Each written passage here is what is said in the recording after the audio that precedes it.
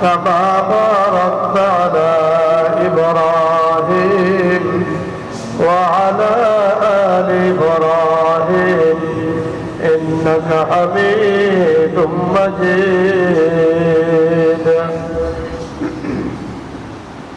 محترم معزز মুসল্লিয়ান কিরাম, মুরব্বিয়ান আযম, লাইভ সম্প্রচারের মাধ্যমে আমাদের আওয়াজ যতটুকু যাচ্ছে, যে যেখান থেকে দেখছেন, আমরা সকলে রব্বুল আলামিনের শুকরিয়া আদায় করছি যে রব্বে করিম আমাদেরকে মাহে রমজানের মতো অত্যন্ত ফজিলত, অত্যন্ত তাৎপর্যপূর্ণ একটি মাসের 20টি রোজা আজ পর্যন্ত আদায় করার তৌফিক দান করেছেন। মহব্বতের সাথে প্রাণটা খুলে একবার বলি আলহামদুলিল্লাহ। ইবাদত যেমন আল্লাহ তাআলার, শুকরিয়াও আল্লাহ তাআলার। ইবাদত করি আল্লাহ তাআলার। আমি যদি এই দাবি করি যে আমি শক্তির বলে, আমার ইচ্ছা শক্তির বলে, বাহুর বলে আমি ইবাদত করতে পেরেছি, তাহলে যে ইবাদত আল্লাহ তাআলার জন্য হলো, এই চিন্তা ফিকির করার কারণে ইবাদতটা নষ্ট হয়ে গেল। কারণ মানুষ শক্তির বলে কোনো ইবাদত করতে পারে না। আপনাদের থেকে শক্তিশালী অনেক মানুষ আছে যারা রোজা রাখছে না।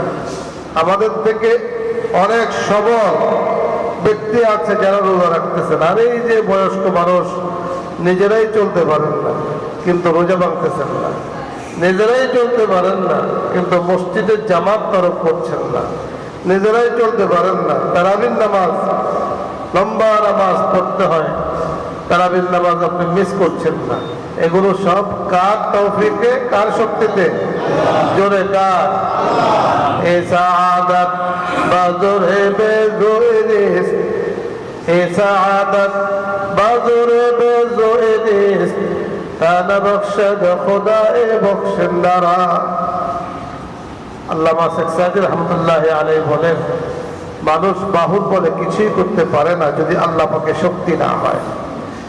তো আল্লাহ তাআলার শুকরিয়া, আরো আল্লাহ পাকের তৌফিক কামনা করছি যে আল্লাহ তাআলা মাহে রমজানের যে বাকি দিনগুলো আছে, বাকি 10 দিন, যাকে রমজানের শেষ দশক বলা হয়, পুরো বছরের মধ্যে বরকতময় সময় মাস হলো মাহে রমজান। মাহে রমজানের মাঝে আবার অত্যন্ত গুরুত্বপূর্ণ সময় হলো মাহে রমজানের শেষ দশক, শেষ 10 দিন, যেটা আজকে সূর্য ডুবার পর থেকে ইফতার থেকে শুরু হয়ে যাবে। এটা অত্যন্ত গুরুত্বপূর্ণ। তো এই গুরুত্বপূর্ণ কেন? এই জন্য এই গুরুত্বপূর্ণ যে একে তো রমজান মাস, দ্বিতীয়ত হলো এই দশকে عن ابن عمر رضي الله عنهما أن النبي صلى الله عليه وسلم كان يعتكف في العشر الأواخر من رمضان। হযরত ইবনে ওমর রাদিয়াল্লাহু তাআলা আনহু থেকে বর্ণিত, তিনি বলেন যে রাসূল আকরাম সাল্লাল্লাহু আলাইহি ওয়াসাল্লাম প্রতি বছর রমজানের শেষ 10 দিন মসজিদে ইতিকাফ করতেন। মৃত্যুর আগের বছর শেষ 20 দিন, অর্থাৎ 10 দিন বাদ দিয়ে বাকি 20 দিন মসজিদে ইতিকাফ করেছেন।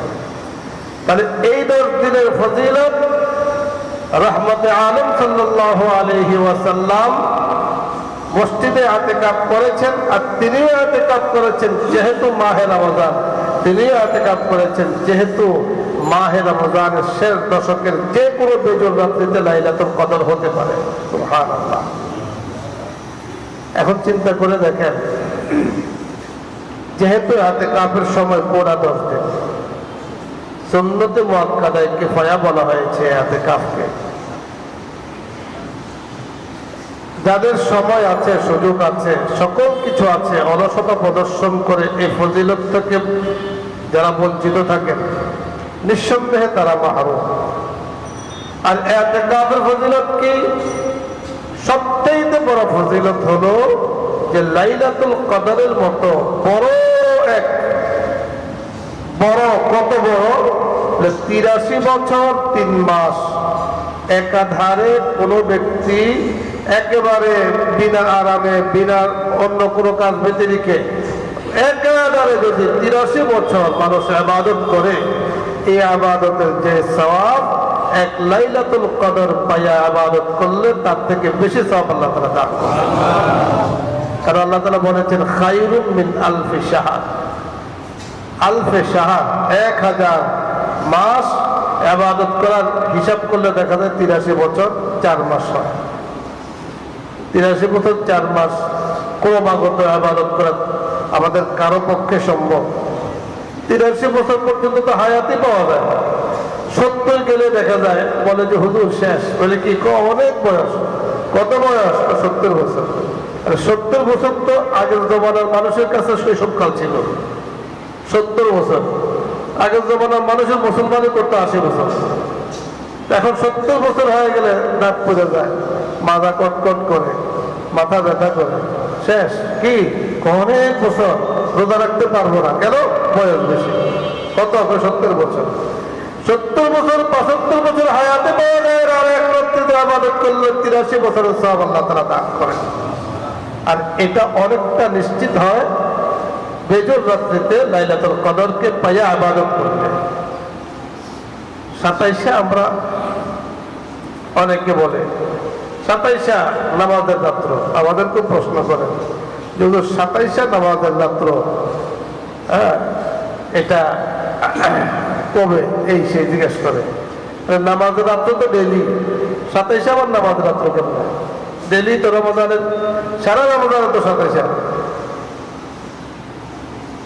তবে 27 সম্পর্কে কিছু কিছু রওয়ায়াত আছে, 27ও হতে পারে, 27তম রজনীতে লাইলাতুল কদর হতে পারে, যেহেতু সেটা বেজর রাত্রি। 25 যেমন বেজর রাত্রি, আজকে যে রাত্র আসতেছে 21তম রাত্রি, এটা যেমন বেজর রাত্রি, 23 যেমন বেজর, 27ও বেজর। বেজরের দিক থেকে ঠিক আছে, হতে পারে, কিন্তু 27ই লাইলাতুল কদর। লাইলাতুল কদর 27 মাস ইবাদত করে, জিকির-আজকার করে, নামাজ পড়ে, ইত্যাদি করে দায়িত্ব শেষ, আর ওনার কোনো দায়িত্ব নেই, এটা ঠিক না। যাই হোক, এই যে এত ইবাদত রাসূল আকরাম সাল্লাল্লাহু আলাইহি ওয়াসাল্লাম রমজানের শেষ দশকে মসজিদে ইতিকাফ করেছেন। রাসূল থেকে সাহাবায়ে কেরাম রিদওয়ানুল্লাহি আলাইহিম আজমাইন রাসূল থেকে শিখেছেন, এবং রাসূলের অনুসরণ সাহাবায়ে কেরামের জীবনের সবচেয়ে বড় অধ্যায় ছিল। যেমন রাসূল কি করেছেন আমি সেটা করব। রাসূল সাল্লাল্লাহু আলাইহি ওয়াসাল্লাম শরীর থেকে ঘাম ধরেছে, এটাও সাহাবায়ে কেরামের জন্য বরকত। সুবহানাল্লাহ। এই ঘামের মধ্যে মেশকো আম্বর কি গ্রাম, মেশকো আম্বর বলতে দুনিয়ার মধ্যে সবচেয়ে সুগ্রাণ হলো মেশকো আম্বর। আল্লাহ রাসূলের ঘামের থেকে এর থেকেও বেশি আল্লাহ পাক সুগ্রাণ দিয়ে দিয়েছেন। সুবহানাল্লাহ। আল্লাহ রাসূল সাল্লাল্লাহু আলাইহি ওয়াসাল্লামকে সাহাবায়ে কেরাম এমন ভালোবাসতেন। একজন সাহাবীর ঘটনা আপনাদেরকে শোনাই। হযরত মুসআব ইবনে উমাইর রাদিয়াল্লাহু তাআলা আনহু ইসলামের প্রথম জমানায় যারা ইসলাম গ্রহণ করেছেন তাদের মধ্যে তিনি একজন। এদিক থেকে ফজিলতপূর্ণ সাহাবী, কারণ ভালো পরিবেশে আসা যেমন সহজ, বৈরী পরিবেশে ইসলামের মধ্যে আসা এটা কঠিন। রাসূল সাল্লাল্লাহু আলাইহি ওয়াসাল্লাম মক্কায় 10 বছর ছিলেন। কত বছর? 10 বছর। এই 10 বছরের মধ্যে কুরাইশ, মক্কার কাফের মুশরিক যারা আছে, এই প্রায় তো রাসূলের বিরুদ্ধাচরণ করেছে, ইসলামের বিরুদ্ধাচরণ করেছে প্রায়। তাহলে এই বৈরী ভাবে ইসলামের উপরে আসা, ইসলাম মানা, এটা অত্যন্ত কঠিন কাজ। সেই কঠিন কাজকে অসাধ্যকে সাধ্য করেছেন অনেক সাহাবী। তারপরে একজন, তার মধ্যে একজন হলো হযরত মুসআব ইবনে উমাইর রাদিয়াল্লাহু তাআলা। আজকে রোজা পালন আমাদের বাংলাদেশে যেমন খুব সহজে আমরা পালন করছি, মুসলিম দেশ, মুসলিম কান্ট্রি, সব জায়গাতে মানুষ সুন্দর একটা পরিবেশ ইফতারের, কিন্তু অমুসলিম কান্ট্রিতে দেখেন, বিশেষ করে বর্তমানে ফিলিস্তিনের অবস্থা দেখেন, বিশেষ করে ফিলিস্তিনের অবস্থা দেখেন। তারপরেও তো এই কঠিন সময়ে আল্লাহ পাকের হুকুম কিন্তু তারা পালন করছেন। যাদের বসার জায়গা নাই, রক্তের মধ্যে শুয়ে আছে, পাথরের নিচে শিশুর লাশ পাওয়া যায়, পাথর পড়ে আছে শিশুর উপরে। এইভাবে যেখানে আমরা ইফতারের সময় ইফতারে মুখে দিই, আর ইফতারের সময় ওদের বুকের মধ্যে পড়ে যাচ্ছে। কথা বুঝেন? আল্লাহ পাক যে আমাদেরকে রেখেছেন, কিন্তু আমাদের হৃদয় জর্জরিত, পরাক্রান্ত হৃদয় আমাদের মুসলিম ভাইদের কারণে। তো যে কথা বলছিলাম, ভালো পরিবেশে ইবাদত সহজ, বৈরী পরিবেশে ইবাদত কঠিন। সেই অবস্থায় হযরত মুসআব বিন উমাইর রাদিয়াল্লাহু তাআলা আনহু ইসলাম গ্রহণ করেছেন। খুব খেয়াল করে কথা শুনুন, এদিক থেকে তাকাবেন না। হযরত মুসআব বিন উমাইর রাদিয়াল্লাহু তাআলা আনহু কুরাইশদের মধ্যে অত্যন্ত পাওয়ারফুল বংশের একজন লোক ছিলেন। পাওয়ারফুল, কথা বুঝলেন? আমাদের বর্তমান জমানাতে টাকা পয়সা হলে পাওয়ারফুল হয়ে যায়, ক্ষমতা আসলে পাওয়ারফুল হয়ে যায়। হ্যাঁ, ক্ষমতা চলে গেলে ওনার পাওয়ার নাই, ক্ষমতা আসলে পাওয়ারের অভাব নাই। শুনলাম এক জায়গাতে গত টার্মে তাকে পাওয়াই যায় না, কোনো জায়গায় দেখা যায় না। এখন মুয়াজ্জিন সাহেব মসজিদে ডাকতে একটু দেরি হয়েছে, নেতা সাহেব উঠতে পারেন না ঘুম থেকে, আয়সা মুয়াজ্জিন সাহেবের মারা শুরু করছে। কেন তুমি মাইকে ডাকলে না কেন? না ডাকার কারণে আমি উঠতে পারি নাই। এই ধরনের বেয়াদব, সরাসরি বেয়াদব, খাবিস দেশ গ্রামে সম্ভব হয়েছে। আমাদের শহরের মধ্যে সম্ভব হইলে এগুলো পিঠের চামড়া থাকবে না। কথা বলেন ঠিক কিনা? মুয়াজ্জিনের উপর, একজন আলেমের উপর হাত তোলা, তুমি তোমার দায়িত্ব, তোমার ওঠা। মুয়াজ্জিন সাহেব যেটা করছে এটা তো আমাদের খেদমত করছেন, মসজিদ থেকে আমাদের খেদমত করছেন, ডাকাডাকি করছেন, কিন্তু উনি মুয়াজ্জিন সাহেব কেন ডাকলেন না? উনি উঠতে পারেন নাই, সময়মতো সেহরি খাইতে পারেন নাই, এই জন্য মুয়াজ্জিনকে পিটানো, মারা, চরম বেয়াদব। যাই হোক, এই কথা থেকে কই চলে গেলাম। যাই হোক, পাওয়ারফুল বংশের একজন লোক ছিলেন হযরত মুসআব বিন উমাইর রাদিয়াল্লাহু তাআলা। যেমন পারিবারিক প্রসিদ্ধি ছিল, সম্ভ্রান্ততা ছিল, অনুরূপভাবে অর্থনৈতিক অবস্থা অনেক ভালো ছিল। হযরত মুসআব বিন উমাইর রাদিয়াল্লাহু তাআলা আনহু আব্বা উমাইর ছোটকালে ইন্তেকাল করেছেন, কিন্তু মা একমাত্র ছেলে। এই মা তার সন্তানকে তৎকালীন কুরাইশ মক্কা মদিনার মধ্যে সবচাইতে দামি চাদর ছিল ইয়ামানি চাদর, এই চাদর এই সন্তানকে পরাইতেন, এবং সবচাইতে সুগ্রাণযুক্ত যে বিষয়গুলো এগুলো সন্তানকে ব্যবহার করতেন, দিতেন। ইয়ামান থেকে জুতা এনে, অর্থাৎ মক্কার কোনো জুতা সে ব্যবহার করতেন না, ইয়ামান থেকে এক্সট্রা দামি জুতা এনে ওনাকে দিতেন, সে ব্যবহার করতেন। এত সম্ভ্রান্ত ছিলেন একদিক থেকে, দ্বিতীয় দিক থেকে উনি একজন বীর বাহাদুর ছিলেন, তৃতীয় দিক থেকে অত্যন্ত বিচক্ষণ বুদ্ধিমান ছিলেন। এতগুলো গুণ কুরাইশদের মধ্যে, কুরাইশদের নেতৃত্ব যারা দিত, তাদের কোনো মজলিস হইলে ওই মজলিসের মধ্যে মুসআব বিন উমাইরের জন্য একটা চেয়ার বরাদ্দ থাকত।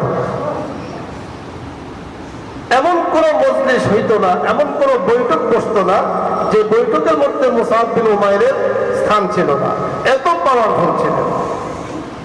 হঠাৎ করে একদিন হযরত মুসআব বিন উমাইর রাদিয়াল্লাহু তাআলা আনহু সংবাদ পাইলেন যে মুহাম্মদ রাসূলুল্লাহ সাল্লাল্লাহু আলাইহি ওয়াসাল্লাম নবুয়তি পেয়েছেন, ইসলামের কথাগুলো বলছেন। যেহেতু তিনি বিচক্ষণ ছিলেন, কোথায় ওনারা? ওনারা বসছেন দারে আরকাম। দারে আরকাম একটা জায়গা, ইসলামের প্রথম জমানাতে সাহাবাই কেরামদেরকে নিয়ে রাসূল আকরাম সাল্লাল্লাহু আলাইহি ওয়াসাল্লাম প্রথম জমানাতে তাদেরকে নিয়ে, এদিকে তাকান, তাদেরকে নিয়ে বসতেন প্রথম জমানাতে। হযরত মুসআব বিন উমাইর রাদিয়াল্লাহু তাআলা আনহু এই সংবাদ পাইলেন। আল্লাহু আকবার। তিনি দেখতে গেলেন যে সাহাবাই কেরাম রিদওয়ানুল্লাহি আলাইহিম আজমাইন ওনারা কি করে দেখতে গেলেন। রাসূল চিনতেন, যেহেতু রাসূল নিজেও তো কুরাইশ বংশে। মুসআব বিন উমাইর রাদিয়াল্লাহু তাআলা আনহু তিনি গেলেন, রাসূলের কথা শুনলেন। রাসূল আকরাম সাল্লাল্লাহু আলাইহি ওয়াসাল্লাম কোরআন তেলাওয়াত করছেন, কোরআন পড়ছেন, সাহাবায়ে কেরাম শুনতেছেন, কিছু কথাবার্তা বললেন। মুসআবকে দেখে মুসআবের বুকের মধ্যে এভাবে হাত রাখলেন। আল্লাহু আকবার। হযরত মুসআব বিন উমাইর রাদিয়াল্লাহু তাআলা আনহু বলেন, রাহমাতে আলম সাল্লাল্লাহু আলাইহি ওয়াসাল্লাম যখন আমার বুকে হাত রাখলেন, মনে হইল দুনিয়ার तमाम প্রশান্তি আমার ভিতরে আল্লাহ দিয়ে দিয়েছেন। হযরত মুসআব বিন উমাইর রাদিয়াল্লাহু তাআলা আনহু বলেন, রাসূলের হাত পাওয়ার পরে আমার মধ্যে, রাসূলের হাত পাওয়ার পরে আমার মধ্যে এই ধরনের অনুভূতি জাগ্রত হলো যে দুনিয়ার মধ্যে সবচেয়ে প্রিয় একজন ব্যক্তি তিনি হলেন মুহাম্মদুর রাসূলুল্লাহ সাল্লাল্লাহু আলাইহি ওয়াসাল্লাম। হযরত মুসআব বিন উমাইর রাদিয়াল্লাহু তাআলা আনহু কুরাইশদের মধ্যে এত পাওয়ারফুল ছিলেন, সম্ভ্রান্ত ছিলেন, অর্থনৈতিকভাবেও তিনি স্বাবলম্বী ছিলেন, মার চোখের মণি ছিলেন। দুনিয়া একদিকে, তার মা একদিকে। মুসআব বিন উমাইর রাদিয়াল্লাহু তাআলা আনহু এত কিছু থাকার পরেও চিন্তা করলেন না, আমার মা আমাকে কি বলবে চিন্তা করলেন না, আমার বংশ আমাকে কি বলবে চিন্তা করলেন না, এখন থেকে কুরাইশদের চেয়ার আমার জন্য খালি থাকবে না চিন্তা করলেন না। একমাত্র চিন্তা, যে আল্লাহ আমাকে বানিয়েছেন ওই আল্লাহর কাছে যখন আমি মাথা নত করব, ইহ এবং পরজগতে শান্তি চলে আসবে। मोहब्बत एक अजब शय है बयां करना नामुमकिन है, मोहब्बत एक अजब शय है बयां करना नामुमकिन है, न मरता हो न जीता हो अजब हालत क्या हुई। एक अजीब मोहब्बत अल्लाह पाक हजरत मुसअब बिन उमर রাদিয়াল্লাহু তাআলা আনহুর দিলের মধ্যে দিয়ে দিয়েছেন। ইসলাম গ্রহণ করেছেন, চিন্তা করেছেন বাড়িতে গিয়ে মা যখন শুনবে মা তো কষ্ট পাবে। সিদ্ধান্ত নিলেন মাকে এখন জানাবেন না ইসলাম গ্রহণের কথা। বাড়িতে গিয়ে আগের মতো চলাফেরা করছেন, কিন্তু যে কালিমার নূর, যে হেদায়েতের নূর, কুদরত ইলাহির নূর তার ভিতরে, বেশিক্ষণ তো সেটা সেখানে গোপন থাকবে না। কুরাইশদের মাধ্যমেই পুরা মক্কার মধ্যে, কুরাইশদের মধ্যে প্রচার হয়ে গিয়েছে। মুসআব বিন উমাইর ইসলাম গ্রহণ করেছেন, এই কথাটা তার মার কানেও এসেছে। মা জননী যেহেতু তখন কুফুরি ছিলেন, কুফুরের কারণে তার ভেতরে আগুন জ্বলতে শুরু করেছে। যে সন্তানের জন্য এত কিছু করলাম সে ধর্ম ত্যাগ করে মুসলমান হয়ে গেল। মুসআব বিন উমাইরকে জিজ্ঞাসা করলেন, তিনি বললেন, মা শুধু আমি নয়, তুমি ইসলাম গ্রহণ করো। যে আল্লাহর কথার উপরে, যে তাওহীদের উপরে ঈমান আনলে ইহকাল এবং পরকাল সুন্দর হয়, ওই তাওহীদের উপরে, ওই তাওহীদকে আমি সাক্ষ্য দিয়েছি। তুমি নিজেও বলো লা ইলাহা ইল্লাল্লাহ মুহাম্মাদুর রাসূলুল্লাহ সাল্লাল্লাহু আলাইহি ওয়াসাল্লাম।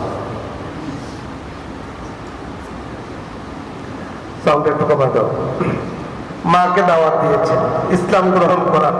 এমনি তো মা আঙুরে তেলে বেগুনে চলতেছে, আবার বলতেছে ইসলাম গ্রহণ করার কথা।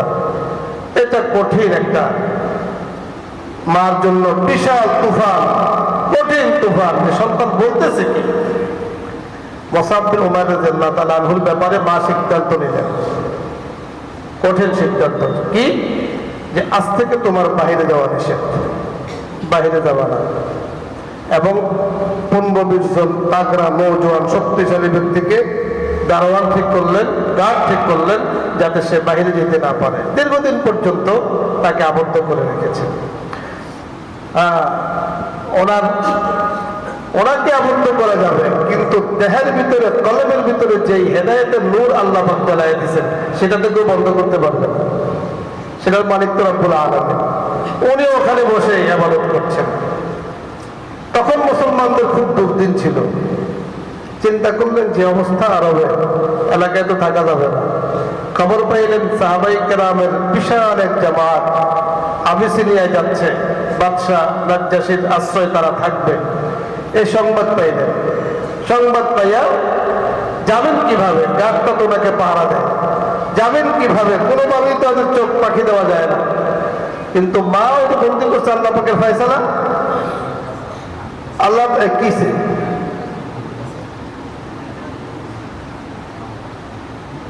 برشد پر اللهم صل على سيدنا ونبينا وشفيعنا وحبيبنا ومولانا محمد صلى الله عليه وعلى آله وأصحابه وبارك وسلم اللهم بارك على محمد وعلى آل محمد كما باركت على إبراهيم وعلى آل إبراهيم إنك حميد مجيد। ঠিক করে দাও। আলোচনার মাঝখানে এভাবে নড়াচড়া করলে আলোচনা ডিস্টার্ব হয়। আপনারা বুঝুন কিনা জানি না, আবার সমস্যা হয়। আপনারা আমার জায়গায় বসলে আপনারাও বুঝবেন, এটা বড় ডিস্টার্ব, তাই না? তো হযরত মুসআব বিন উমাইর রাদিয়াল্লাহু তাআলা আনহু চিন্তা করলেন যে আবিসিনিয়ায় চলে যাবেন, এদেশে থাকবেন না। এখন তিনি আবদ্ধ। হঠাৎ করে আল্লাহ পাকের পক্ষ থেকে মার ভিতরে একটা দয়া আসছে যে বাচ্চারা এতদিন বন্দি করে রাখছি, না খাইয়া কি জানি হইতেছে। দারোয়ানদেরকে বললেন কিছুক্ষণের জন্য ওকে সুযোগ করে দাও, একটু বাহিরে হাঁটাহাঁটি করুন। তো তারা ছেড়ে দিচ্ছে। এই সুযোগে উনি চলে গেছেন আবিসিনিয়ায়। বাদশাহ নাজ্জাশী ওনাদেরকে জায়গা করে দিলেন। হঠাৎ করে সংবাদ পাইলেন যে মক্কায় মোটামুটি কাফেররা কিছুটা দমছে, মুসলমানদের উপরে নির্যাতন কমাইয়া দিচ্ছে। আবার ফেরত আসলো, আইসা দেখেন যে আগের মতো আরো বেশি। এখন মা জননী মার সাথে দেখা করতে গেছে, মা আগের থেকে আরো বেশি করা। মা চিন্তা করেছে যে ওকে তো আবদ্ধ করে রাখা যায় না, একবারে মারা তো যাবে না, নিজের সন্তান, মা কি মারতে পারে? মা যে যেমন যার যেমন বুঝ, মা বলতেছে শোনো, তুমি যদি মুহাম্মদ সাল্লাল্লাহু আলাইহি সাল্লাম নাউযুবিল্লাহ এই ধর্ম ত্যাগ না করো, তোমাকে সব সম্পদ থেকে বঞ্চিত করা হবে, কোনো টাকা পয়সা তোমাকে দেওয়া হবে না, তোমাকে বঞ্চিত করা হবে। মুসআব বিন উমাইর রাদিয়াল্লাহু তাআলা আনহু মুস্কি হেসে বললেন, মা আমি তো এই সম্পদের গোলাম নয়, আমি ওই মাওলার গোলাম যিনি এই সম্পদের মালিক, যিনি সকল কিছুর মালিক, আমার মালিক, তোমার মালিক, সকল কিছুর মালিক। আমি তার গোলাম, আমি তার গোলামি করতে চাই। সম্পদ থেকে বঞ্চিত করেছে মুসআব বিন উমাইর রাদিয়াল্লাহু তাআলা আনহু, যিনি এত শান শৌকতে বড় হয়েছেন। একটা সিরা জামা, সিরা জুতা ইত্যাদি নিয়ে ঘর থেকে বের হয়ে রাসূল আকরাম সাল্লাল্লাহু আলাইহি সাল্লামের খেদমতে চলে এসেছেন। সুবহানাল্লাহ।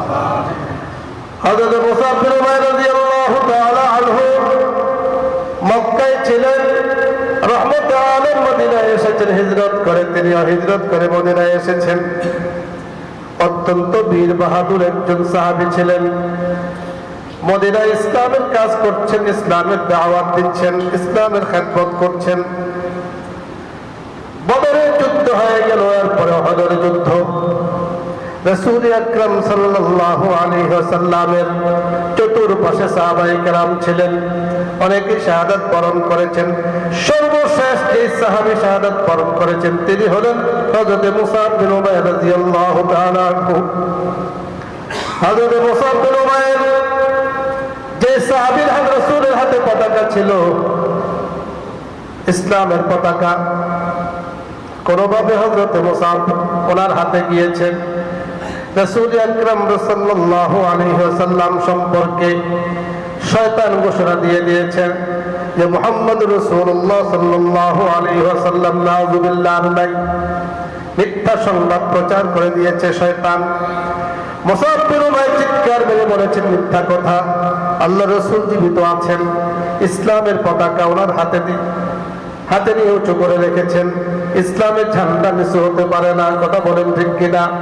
হযরত মুসআব রাদিয়াল্লাহু তাআলা আনহু যেই হাতে ঝান্ডা ধরেছেন ওই হাতে কাফেররা তীর মেরেছে।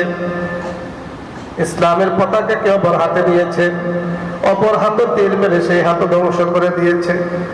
দুনো হাত একেবারে অবশ, রক্ত ঝরছে, কিন্তু ইসলামের পতাকা জমিনে পড়তে পারে না। নিজের বুকের চাপা দিয়ে ওই পতাকাকে উড্ডীন করে রেখেছেন। সুবহানাল্লাহ। अल्लाह दिल हमारा आजमाने के लिए, ये नसारा को दिया हमको सताने के लिए। दरपेशानी ने तरीक़तों को दरिया कर दिया, दिल को रोशन कर दिया है, आँखों बीना कर दिया।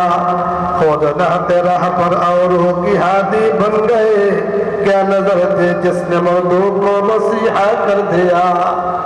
अल्लाह अकबर। हज़रत मुसअब बिन उमैर বুকের মধ্যে চাপা দিয়ে ইসলামের পতাকাকে রেখেছেন, কিন্তু বুকের মধ্যে যখন তীর নিক্ষেপ করেছে, এখন তো আর কিছু করার নাই, জমিনে পড়ে গিয়েছেন।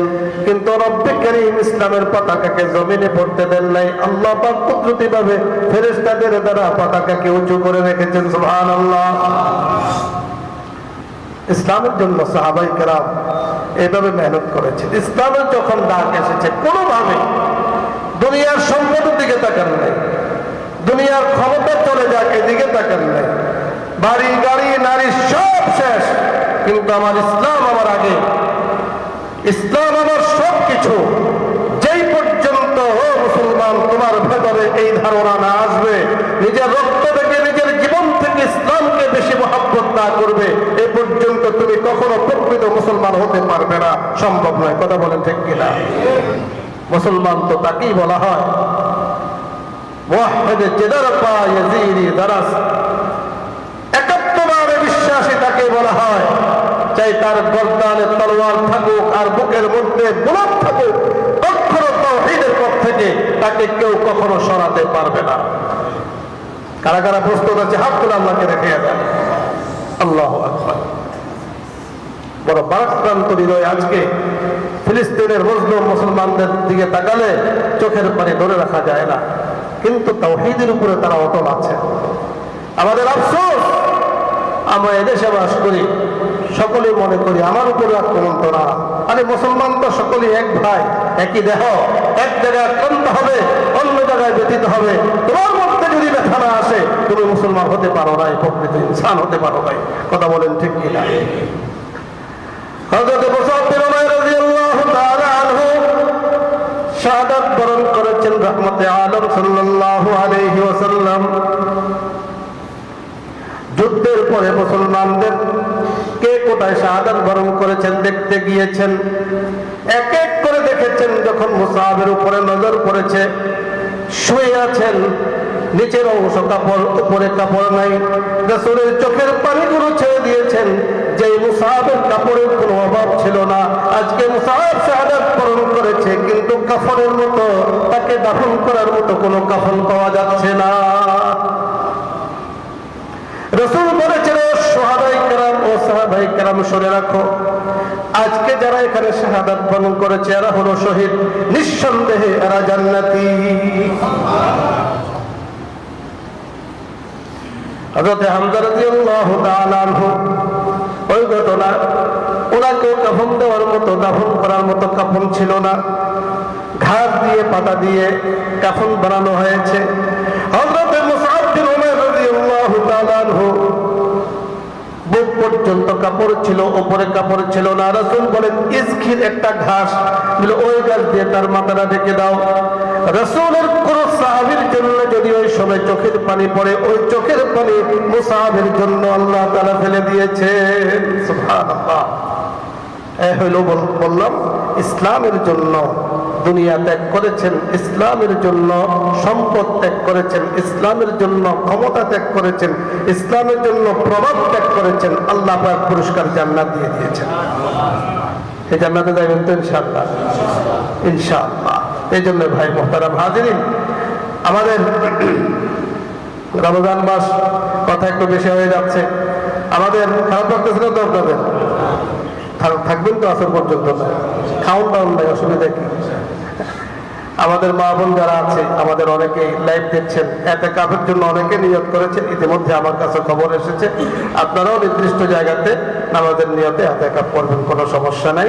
এতেকাফের নিয়তে বসবেন, সেখানে থাকবেন। এতেকাফের যারা বসবেন, অনেক নিয়ম কানুন আছে, অর্থাৎ মসজিদে থাকবেন।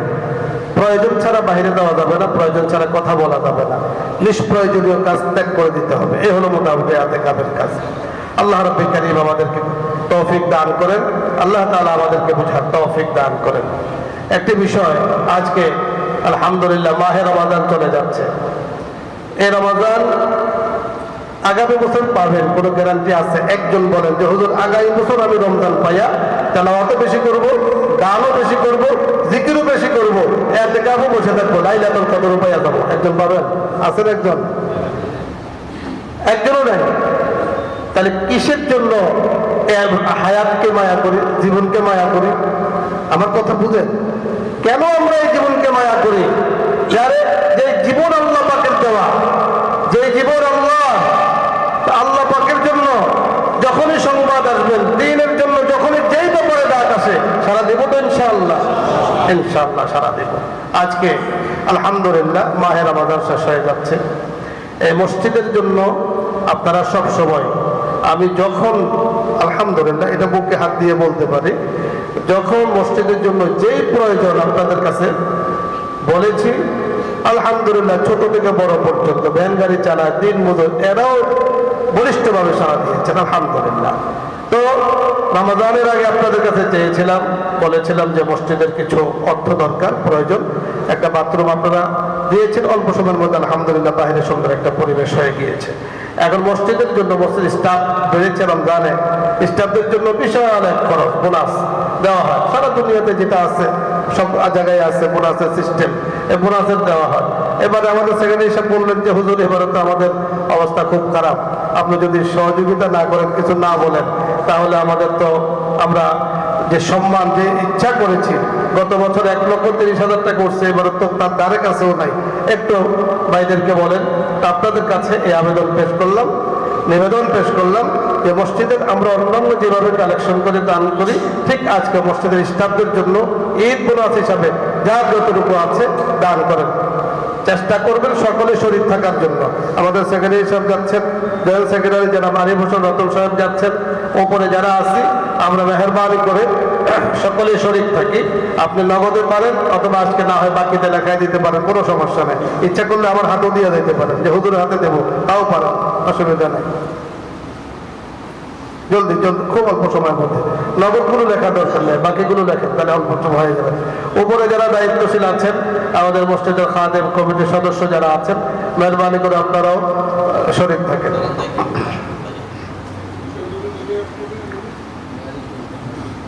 এটাও মসজিদের ফান্ডে জমা হয়, মসজিদ ফান্ড থেকে সেটা দেওয়া হয়। এই জন্য আপনার অর্থ মসজিদ ফান্ডে জমা হোক। রমাদানে অত্যন্ত বরকতময় সময়।